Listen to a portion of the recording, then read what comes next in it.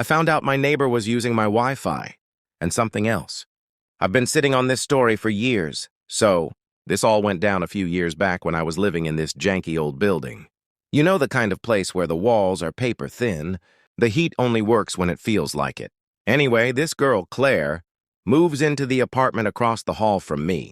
She was always dressed like she was heading to a bougie party, even though our building looked like it could collapse at any second.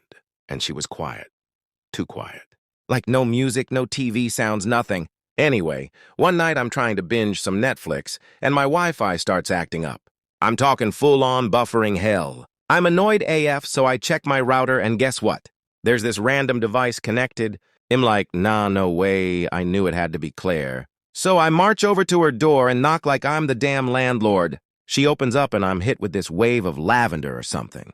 She's standing there in this silky white robe, just smiles at me like she's been expecting me. I'm like, hey, are you using my Wi-Fi? And she tilts her head all cute and says like, oh, I'm so sorry.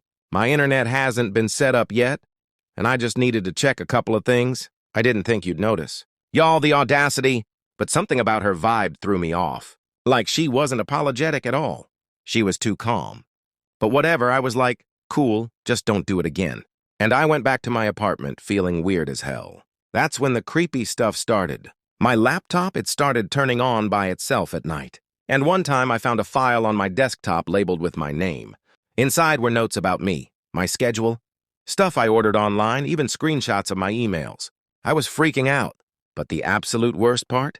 A few days later, I find this envelope slid under my door. Inside is a photo of Claire.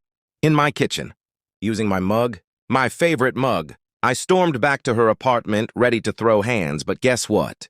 The door was wide open, and the place was empty. I'm talking no furniture, no Claire, nothing. It looked like no one had lived there in years. I wish I could tell you that was the end of it, but nah. Fast forward to last week.